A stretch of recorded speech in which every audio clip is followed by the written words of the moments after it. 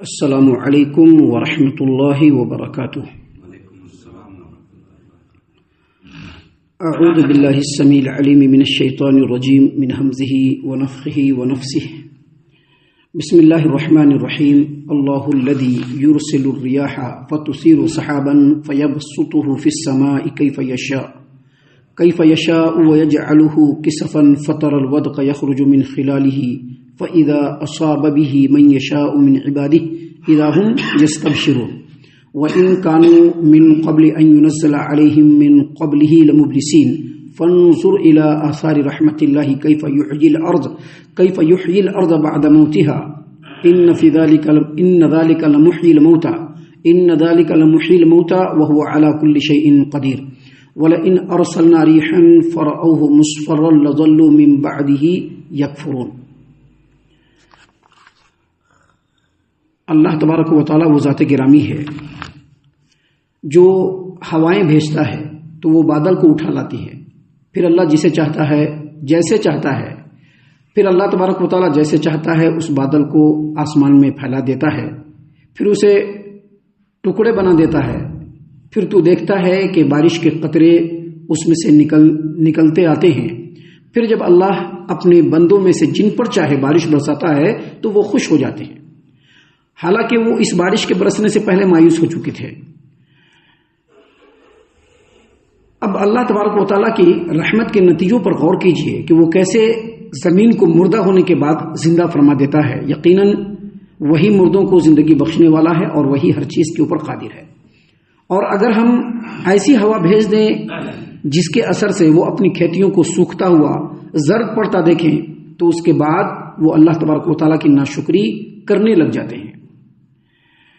محترم سامعین کرام، سورۃ الروم سورہ نمبر 30 اور اسی سورت سے آیت نمبر 48، 49، 50، 51 یہ چند آیات ابھی آپ کے سامنے تلاوت کی گئی۔ بفضل اللہ، بعون اللہ، بتوفیق اللہ، آیات کا ترجمہ بھی آپ تمام کی خدمت میں پیش کیا گیا۔ سامعین کرام، یہ جو قرآن کریم ہے اللہ تبارک و تعالیٰ نے اس کی صفت بیان کرتے ہوئے قرآن کریم میں ہی بیان فرمایا ہے کہ یہ کتاب متشابہہ، یہ ایسی کتاب ہے جس کے اندر جو آیات ہیں وہ بالکل ملتی جلتی ہیں۔ جو آیات اللہ نے کتاب کے اندر نازل فرمائی ہے وہ ایک دوسرے سے ملتی جلتی ہیں، مثانی، اور اس کو بار بار پڑھا بھی جاتا ہے۔ آپ دیکھ سکتے ہیں، آپ نے ایکسپیریمنٹ بھی کیا ہوگا، آپ کا مشاہدہ بھی ہوگا، ہر دور میں قرآن کریم کے نزول کے بعد ہر آدمی کا مشاہدہ ہے کہ سب سے زیادہ پڑھی جانے والی کتاب یہ ہے، اس سے زیادہ کوئی بھی کتاب اس روئے زمین پر نہیں پڑھی جاتی ہے۔ سب سے زیادہ پڑھی جانے والی کتاب، سب سے زیادہ غور و فکر اور تدبر کی جانے والی کتاب، اسی کو اللہ تبارک و تعالیٰ نے بنایا ہے، کیونکہ اس کے اندر بظاہر ایسا لگے گا کہ یہی بات پہلے بھی اللہ نے بیان کیا ہے، لیکن انہی باتوں کے اندر ایک نئے سرے سے، نئے انداز سے، نئے اسلوب سے اللہ تبارک و تعالیٰ اپنے بندوں کو اس قرآن کریم کے اندر غور و فکر کی دعوت دیتا ہے۔ دیکھیے اللہ تبارک و تعالیٰ نے فرمایا، اللہ الذی یرسل الریاح فتثیر سحابا فیبسطہ فی السماء کیف یشاء ویجعلہ کسفا فتر الودق یخرج من خلالہ فاذا اصاب به من یشاء من عبادہ اذا هم یستبشرون۔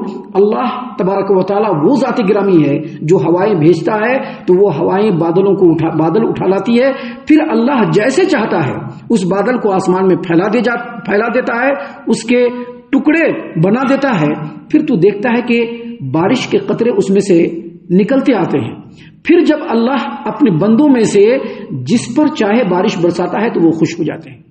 یہ جو ایک آیت کریمہ ہے جس کا ترجمہ میں نے سرسری طور پر آپ کے سامنے پیش کیا ہے، اس میں اللہ تبارک و تعالیٰ نے اپنی قدرت کاملہ اور اپنے قدرت کے کاریگری کی کئی نشانیاں بیان فرمائی ہیں۔ دیکھیے، سب سے پہلی نشانی ہوا جو چل رہا ہوتا ہے ہمارے ارد گرد، اس ہوا کے اندر اتنی بھی طاقت نہیں ہے کہ وہ ایک کنکر کو بھی تھام سکے۔ ایک کنکر کو آپ اچھالیے، چاہے کتنا اوپر اچھالیے، پوری طاقت سے اچھالیے، بعد میں وہ کنکر کہاں آئے گا؟ اسی زمین پر آ کر کے گرے گا۔ لیکن وہی ہوا جس کے اندر اتنی بھی سخت نہیں ہے، وہ ایسے بادل کو جو پانی کے بھاپ کا مجموعہ ہوتا ہے، جس کے اندر کروڑوں ٹن پانی ہوتا ہے، وہ ایک ہوا اسی بادل کے بوجھ کو اپنے دوش پر اٹھائے ہوئے جہاں چاہتی ہے لے جاتی ہے۔ سامعین کرام، یہاں پر اللہ تبارک و تعالیٰ نے جو دوسری نشانی بیان کی ہے وہ یہ کہ وہ جو بادل جس کو ہوا اٹھا کر کے لے جاتی ہے اس کے اندر کروڑوں ٹن پانی ہوتا ہے. اس کا اندازہ آپ کیسے لگائیں گے؟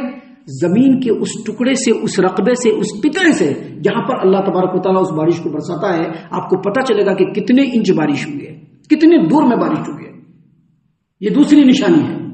تیسری نشانی وہ جو ہوا جو بادل کو اٹھا کر کے لے جاتی ہے، طبیعی طور پر یا نیچرلی وہ کہیں نہیں لے جاتی ہے، بلکہ اللہ جہاں چاہتا ہے اس کو اسی طرف وہ ہوا لے کے جاتی ہے. وہ اپنی مرضی سے یا طبیعی طور پر یا نیچرلی، جیسا کہ بعض لوگ کہتے ہیں، وہ ہوا اس کو نہیں لے کے جاتی ہے، بلکہ اللہ چاہتا ہے جدھر لے جانے کا ادھر لے جاتا ہے. آپ نے حدیث سنی ہوگی نبی کریم صلی اللہ علیہ وسلم کی کہ ایک آدمی جو ہے بیابان میں گھوم رہا تھا تو اس نے ایک بادل سے آواز سنی کہ فلاں آدمی کے کھیت کو سیراب کر، اور پھر وہ بادل وہاں سے اپنے آپ چلا اور ایک جگہ پر آ کر کے بارش برسایا، اور پورا پانی کہاں گیا؟ اسی آدمی کے باغ میں. تو جو ہوا اپنے دوش کے اوپر کروڑوں من، کروڑوں ٹن پانی کے بادل کو اٹھائے ہوئے رہتی ہے، وہ اپنی مرضی سے یا طبیعی طور پر نہیں، اللہ جہاں چاہتا ہے اس کو اس طرف اللہ تبارک و تعالیٰ رخ موڑ دیتا ہے اور وہاں جا کر کے وہ بارش برستی ہے. اور ایک اور نشانی اللہ تبارک و تعالیٰ نے یہاں پر بیان فرمایا اسی آیت کریمہ میں کہ وہ بادل اللہ کے حکم سے، جب وہ ہوا اللہ کے حکم سے جب بادل کو لے کر کے کسی علاقے میں جاتی ہے تو اللہ تبارک و تعالیٰ وہاں ٹھنڈک بنا دیتا ہے، اور ٹھنڈک کی وجہ سے وہ جو بھاپ ہوتا ہے وہ پانی میں تبدیل ہوتا ہے. لیکن یہاں پر ہوتا کیا ہے کہ اس ٹھنڈک سے جو بھاپ بادل کا پانی میں جو تبدیل ہوتا ہے تو ایک ہی مرتبہ نہیں گرتا ہے، بلکہ قطرے قطرے گرتا ہے. اگر زیادہ ٹھنڈا ہو تو کیا ہوتا ہے؟ وہی پانی اولا بن جاتا ہے جو برف بن کر کے زمین پر گرتا ہے. یہ اللہ تبارک و تعالیٰ کے قدرت کی کاریگری ہے جو اللہ تبارک و تعالیٰ نے یہاں پر بیان فرمایا. اس میں غور و فکر کی دعوت دی اللہ تبارک و تعالیٰ نے تاکہ ہر انسان اس آیت کریمہ پر اور اس طرح کی آیتوں پر غور کر کے اللہ تبارک و تعالیٰ کی قدرت کاملہ کو پہچانے اور یہ سمجھے کہ اللہ تبارک و تعالیٰ ہی مختار کل ہے، اس کے علاوہ کسی کے سامنے جھکا نہیں جا سکتا. سامعین کرام، ان باتوں کو بیان کرنے کے بعد اللہ نے فرمایا کہ اللہ جب اور جہاں اور جس طرح سے اپنے جس بندے کے بارے میں چاہتا ہے وہاں پر جا کر کے اللہ تعالیٰ بارش کو برسا دیتا ہے، اور وہ سارے کے سارے لوگ کیا ہوتے ہیں؟ خوش ہو جاتے ہیں. حالانکہ اللہ نے انہی آیتوں کے اندر آگے بیان فرمایا کہ وَإِن كَانُوا مِن قَبْلِ أَن يُنَزَّلَ عَلَيْهِم مِّن قَبْلِهِ لَمُبْلِسِينَ. حالانکہ وہی لوگ بارش کے برسنے سے پہلے مایوس ہو گئے تھے کہ پتہ نہیں بارش ہوگی کہ نہیں ہوگی، بڑی پریشانی ہے، بارش برس نہیں رہا ہے.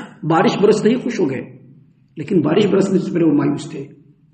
سامعین کرام، ان تمام باتوں کی روشنی میں ایک بات اور دیکھ لیجیے کہ جب کسی علاقے کے اندر بارش نہیں ہوتی ہے تو بارش سے پہلے کے حالات بڑے خراب ہوتے ہیں. زمین بالکل سوکھا پڑ جاتا ہے، پیڑ پودے بالکل مرجھا جاتے ہیں، گرد و غبار اڑ رہا ہوتا ہے، پیڑوں پر اور دوسری چیزوں پر مٹی جا کر کے اٹ جاتی ہے. لیکن جیسے ہی اللہ تبارک و تعالیٰ بارش برساتا ہے جل تھل ہو جاتا ہے. پیڑ کے پتے جو ہوتے ہیں وہ بادل کے پانی سے بالکل دھل جاتے ہیں، زمین بالکل ہرا بھرا لگنے لگتا ہے.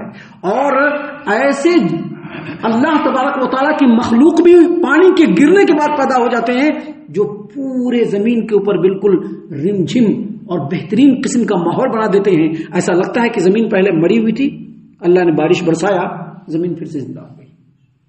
سامعین کرام، اللہ تبارک و تعالیٰ نے اسی بات کی طرف یہاں پر تمام انسانوں کی توجہ اور خاص طور سے مشرکین مکہ اور مشرکین مکہ کے منہج اور ان کے خیال کے جو لوگ ہیں ان تمام لوگوں کو اللہ تبارک و تعالیٰ نے یہاں پر دعوت دیا اور کہا فانظر الی آثار رحمت اللہ کیف یحیی الارض بعد موتها.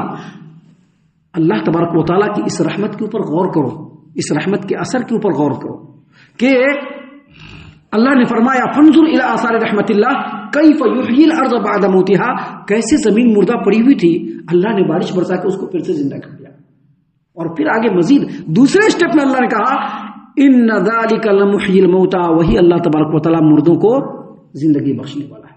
جیسے زمین مردہ پڑی ہوئی تھی اللہ نے بارش برسا کر کے اس کو زندہ کر دیا، ویسے ہی جو انسان مر جائیں گے مرنے کے بعد اللہ اس کو پھر سے زندہ کرنے والا ہے، پھر سے اللہ زندہ کرنے والا ہے. اسی لیے نیکسٹ اسٹیپ میں اللہ نے فوراً کہا وَهُوَ عَلَى كُلِّ شَيْءٍ قَدِيرٌ، وہ ہر چیز کے اوپر قادر ہے، ہر چیز کے اوپر وہ قادر ہے، وہ جو چاہے کر سکتا ہے، اس کو کچھ کرنے کی ضرورت نہیں، بس کہہ دے کن تو وہ چیز ہو جاتی ہے. سامعین کرام، اس کے بعد اگلی آیت کریمہ میں اللہ تبارک و تعالیٰ نے مزید بیان فرمایا وَلَئِنْ أَرْسَلْنَا رِيحًا فرأوه مصفرا لظلوا من بعده يكفرون. اور اگر ہم ایسی ہوا بھیج دیں، ہوائیں بھی کئی قسم کی ہوتی ہیں. کچھ ہوائیں ایسی ہوتی ہیں جو انسان کے چمڑوں کو، پیڑ کے پتوں کو، اس کی جڑوں کو جھلسا دیتی ہے، جس سے وہ سوکھ جاتا ہے، پیڑ بالکل سوکھ جاتا ہے، ختم ہو جاتا ہے. جو غلے ہوتے ہیں ان ہواؤں کے لو سے وہ جو پودے ہوتے ہیں وہ بالکل ختم ہو جاتے ہیں. اللہ نے کہا کہ اگر ہم ایسی ہوا بھیج دیں، کہ اگر ہم ایسی ہوا بھیج دیں جس کے اثر سے وہ اپنی کھیتی کو زرد پڑتا ہوا، ختم ہوتا ہوا دیکھے، تو اس وقت وہ لوگ کفر کرنے لگ جاتے ہیں، ناشکری کرنے لگ جاتے ہیں. اللہ تعالیٰ نے قرآن کریم سورۃ الواقعہ میں اسی بات کو بیان فرمایا. افرأیتم ما تحرثون، تم جو کھیتیاں کرتے ہو کیا تم دیکھے ہو کبھی؟ تمہارا کیا خیال ہے؟ افرأیتم ما تحرثون اانتم تزرعونه ام نحن الزارعون، تم اس کو بوتے ہو یا ہم بوتے ہیں؟ اللہ بوتا ہے. اللہ نے مزید فرمایا انتم تزرعونه ام نحن الزارعون لو نشاء لجعلناه حطاما فظلتم تفكهون انا لمغرمون بل نحن محرومون. اللہ نے کہا کہ اگر اس پودے کو جس کو تم نے کاشت کر کے اگایا ہے اور تم یہ سمجھ رہے ہو کہ تم اگائے ہو، اگر ہم اس کو چورا چورا کر دیں تو باتیں بنانے لگ جاؤ گے. کیا باتیں بنانے لگ جاؤ گے؟ اتنی محنت کی کوئی فائدہ نہ ہوا، ایسی مصیبت ہمارے اوپر آ کے پڑ گئی. اللہ تبارک و تعالیٰ نے اصل ان تمام آیتوں میں اور بالخصوص آخری آیت میں ایک دنیا دار آدمی کے ایک صفت کو بیان کیا ہے. دنیا دار آدمی کی صفت کیا ہوتی ہے؟ دنیا دار آدمی کی صفت یہ ہوتی ہے کہ اگر اللہ تبارک و تعالیٰ نعمت سے نوازے تو خوش ہو جاتا ہے، لیکن اللہ کا شکر ادا نہیں کرتا ہے. خوش ہوگا ضرور، ہاں خوش ہو جائے گا، لیکن اللہ کا شکر ادا نہیں کرے گا. لیکن جیسے ہی اس دنیا دار آدمی کو اللہ تبارک و تعالیٰ تھوڑی سی آزمائش میں ڈالے گا، فوراً اس کا پیترا بدل جائے گا اور کہے گا کہ اللہ کو مجھ پر ہی ایسی مصیبت ڈالنی تھی کیا؟ اللہ تبارک و تعالیٰ نے کہا کہ نہیں، اللہ تبارک و تعالیٰ چاہے بہار ہو چاہے خزاں ہو، لا الہ الا اللہ، ہر حال میں اللہ کا شکر ادا ہونا ہے. کیونکہ اللہ تبارک و تعالیٰ تم لوگوں پر اتنی رحمت اور اتنی مہربانیاں اور اتنی نعمتیں اللہ تبارک و تعالیٰ نازل فرماتا ہے، لہٰذا ہر حال میں اللہ کا شکر ادا کرنا ہے. اللہ کے ساتھ کسی کو شریک نہ ٹھہرانا ہے، اللہ کی توحید پر ہمیشہ قائم و دائم رہنا ہے.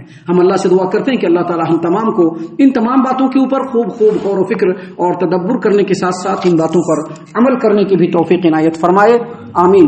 اللہ تعالیٰ ہم تمام کو صحیح معنوں میں پکا سچا مومن مسلمان بنائے، اللہ اور اس کے رسول صلی اللہ علیہ وسلم کی اطاعت و فرما برداری کرنے والا بنائے، صحابہ کرام رضی اللہ عنہم کے طریقے پر چلنے والا بنائے، جنت الفردوس میں جگہ عطا فرمائے. اے اللہ ہم تمام کو جہنم سے پناہ دے. اے رب العالمین ہم تمام کو جہنم سے پناہ دے. اے مالک الملک ہم تمام کو جہنم سے پناہ دے.